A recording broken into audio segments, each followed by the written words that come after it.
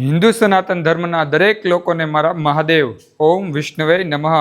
ભક્તો, આજે હું તમને અધિક માસની કથા કઈ સંભળાવું છું, તો તમે ધ્યાનથી વિડીયો સાંભળજો.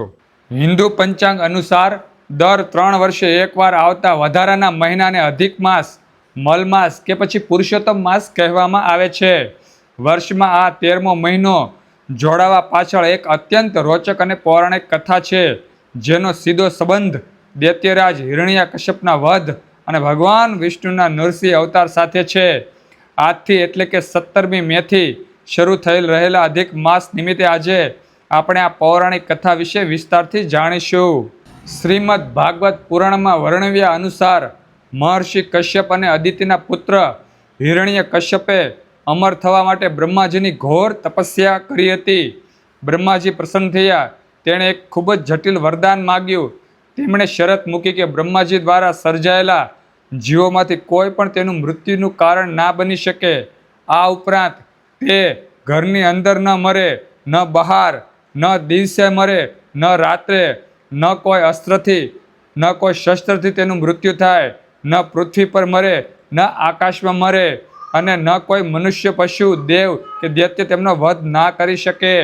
આ સાથે જ હિરણ્યકશ્યપે છેલ્લી અને સૌથી મહત્વની શરત એ મૂકી કે બ્રહ્માજીએ રચેલા વર્ષના 12 મહિનાઓમાંથી એક પણ મહિનામાં તેમનું મૃત્યુ ન થાય. બ્રહ્માજીએ તથાસ્તુ કહેતાની સાથે જ હિરણ્યકશ્યપ અહંકારમાં અંધ બની ગયો અને તેમણે સ્વર્ગ પર કબજો કરી પોતાને ભગવાન જાહેર કર્યા, જેને કારણે અત્ર તત્ર સર્વત્ર હાહાકાર વ્યાપી ગયો.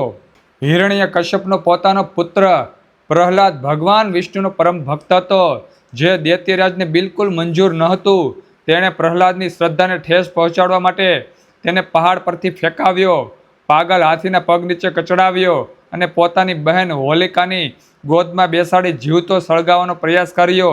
પરંતુ ભગવાન વિષ્ણુની કૃપાથી પ્રહલાદનો વાળ પણ વાંકો ન થયો. હવે જ્યારે હિરણ્યકશ્યપના પાપનો ઘડો ભરાઈ ગયો, ત્યારે ભક્ત પ્રહલાદની રક્ષા માટે સ્વયં ભગવાન વિષ્ણુએ નરસિંહ અવતાર લીધો, જેનું શરીર અડધું મનુષ્ય અને અડધું સિંહનું હતું. ભગવાને બ્રહ્માજીના વરદાનની તમામ શરતોનું ધ્યાન રાખીને હિરણ્યકશ્યપનો વધ કર્યો.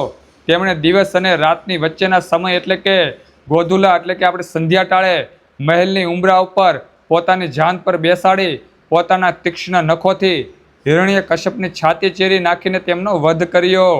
સૌથી રસપ્રદ વાત તો એ છે કે આ વધ વર્ષના 12 મહિનામાંથી એક પણ મહિનામાં નહોતો થયો.